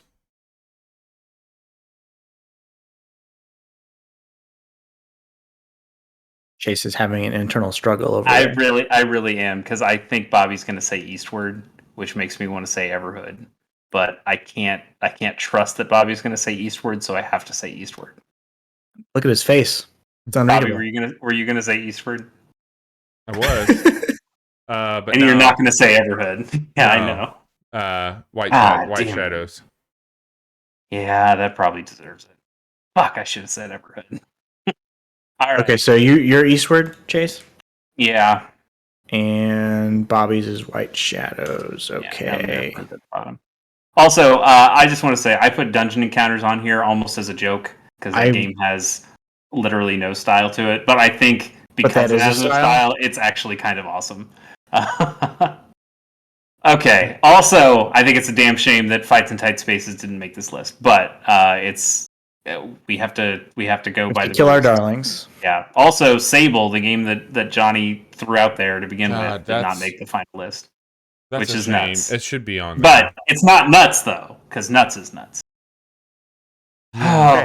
We had to make choices. Like I think Everhood should have been on this list for almost music alone. Like the visuals in that game are cool. The music is otherworldly awesome, and I'm a person who doesn't really give a shit about music in games. Dude, I'm thinking right now about the first encounter with the boss in Loop Hero. And the way that soundtrack changes. And like that to me is moment of the year, which we'll talk about on Wednesday. But like that is one of my favorite things to have happened repeatedly this year.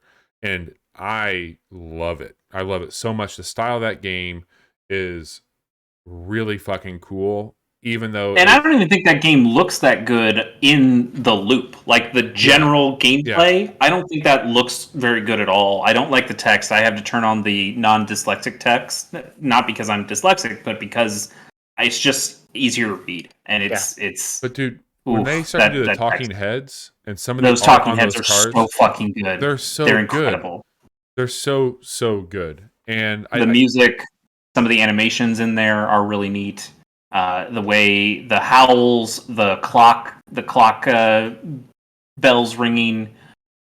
The game is super, super good. I don't know if it wins, but I'm not ready to cut Loop Hero yet. Okay. I think Narita Boy, all it has is style. I think that game is actually not very good at all. We'll talk about it when we get to most disappointing. That game is a bummer to play, but holy shit, does it look good! It's got a lot of style for it. The music, the visuals, the way it combines all of that stuff together, the way it pulls in this kind of 80s audio visual stuff, but also this really ancient, archaic looking architecture and the way it melds those things together into something that looks fucking awesome. That it was amazing. Absolutely. Johnny, what about you? I think Deathloop fucking rules. Yeah, dude.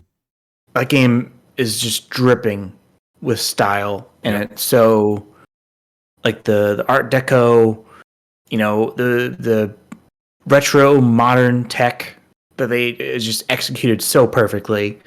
Like the I mean, level design. I don't care about that game, and I still think it's a absolutely deserved best Yeah. style contender here. The For sure. So music good. that happens, like the way that they kind of do Mhm. that shit that Ape Out did with the jazz kicking in heavier when things are going sideways on that, I think is really well Yep. done. The game flows so well. There's It's little just there's little things that happen, like little audio beats that'll be like very subtle. It's really good. I think it needs to be on here for sure. I'm gonna ask that we get rid of, where's it at here? It was one of mine, I think. Man, I don't want to, but I haven't seen enough of this game. I've seen enough to make me feel really passionate about it. But I don't want to be reductive here, but Bobby, you did pick two games that are black and white. that are black and white, and I think there's a question there of like, what's the better black and white game, look and feel wise, and that's not fair because like if those were the best two looking games style wise, yeah, then but this is just not the way that they look. Like there's a completely different tone in each one of them. sure. And so Sure. like when I'm thinking from a style, like that's a tone. So like I would put White Shadows personally over Toem when it comes. I think I'd agree with that. Yeah, I I mean- think Toem is probably the game I prefer of those Yeah. two, but Right. in But terms man. of just style, White Shadows has it. It's just it. I haven't even played it, and it just feels oppressive. You Oh, know, yeah. like it's good. So we can cut. Yeah, we'll cut Toem? Toem. Pretty special game though. Yeah. I'm gonna say we can cut Nuts. I think Nuts is a extremely striking game. I love the way that game looks. It really looks good. It's the way it uses kind of silhouettes and the way it changes its color palette every section level, whatever you want to call it. I think that stuff looks really good. It's kind of just one style though. Yeah. And I think while that one style is they nailed it, I don't know if it's enough considering the other things. Yeah. But unless you object, Bobby, I really like Rune King a whole lot. I think it has style. The visual novel stuff that they do, the character animations and combat, all of it works so well. That game is very good. I don't think that it wins this category. No, I agree. So I really like the game a whole lot. You should play Rune King.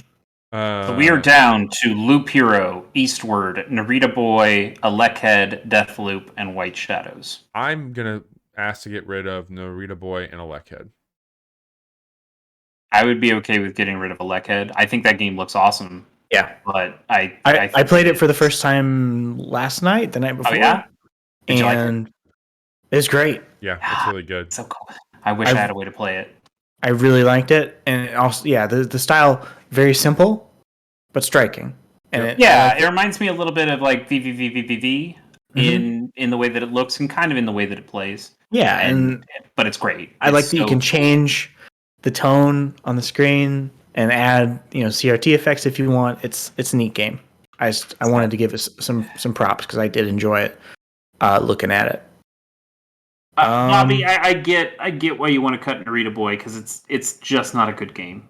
But from a style perspective, I think it has way more style than something like Loop Hero, which is a game I would take over Narita Boy every day of the week. But I think from a style perspective, just looking at the two games, listening to the two games, Narita Boy has. I'll make you a deal. We cut both of them. I mean, the deal is Eastward wins, right? Isn't that the deal? Isn't that the actual deal? That's the deal. Johnny, how much do you want to fight for Deathloop over Eastward? I mean, not enough to stay up much later. I'm open to the fight because I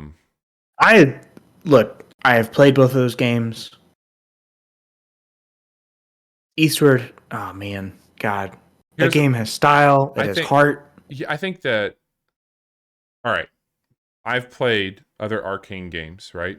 That look really good. And I've played, even this year, some first-person games. I would say that, I think you cut Halo way too early off the last category from, a striking standpoint. I think Halo looks fucking great. But It does. Yeah, I was when just the Master Chief is loaded in. only when Looks- Master he Chief looks is good. there. I was But I don't know. what I would don't say know is if, this: like is that falling on my sword or whatever in that category. you'll I have. mainly I just yeah. I'm really struggling with this because I enjoy Deathloop as a video game a lot more than I do Eastward. But I probably do too. I don't like the way Eastward plays. and I would say that Eastward is the best pixel art I've seen in a video game. And I think that's harder to. There's so much, like, each game has its own detail, but if I'm being critical, and we have to be critical right now, the lived in aspects of the worlds they're creating, the sound that goes into each one, the noises that you get from, like, just even the way that the vibrations happen when your train goes over the tracks, like little things like that that like convey a story, in the way that each character has like their own music. Like I think Eastward is probably going to end up being more style than substance, where I think that Deathloop, Yeah. maybe you haven't beat it. Like, for me, it was fine. I know that it goes off the rails a little bit. It goes off the rails a at the little end. bit, but which is kind of has what's MO. left me where I am. Hearing that, oh, okay, well, maybe I won't enjoy this as much if I finish it. I look Just based on where the story Sorry, goes. are we talking about 12 minutes or Deathloop? What Deathloop. game are we talking about? Okay, because No, Deathloop is really, really good for most of it. It sounds you like. want a game that goes off the rails. Some of the like cutscenes that you get in Deathloop, where whenever you figure out the loop and they do the like Saul Bass looking like action, I think is fantastic. Oh, those are so good. There's so much. It had great trailers for sure. Yeah, damn. The thing is that, like,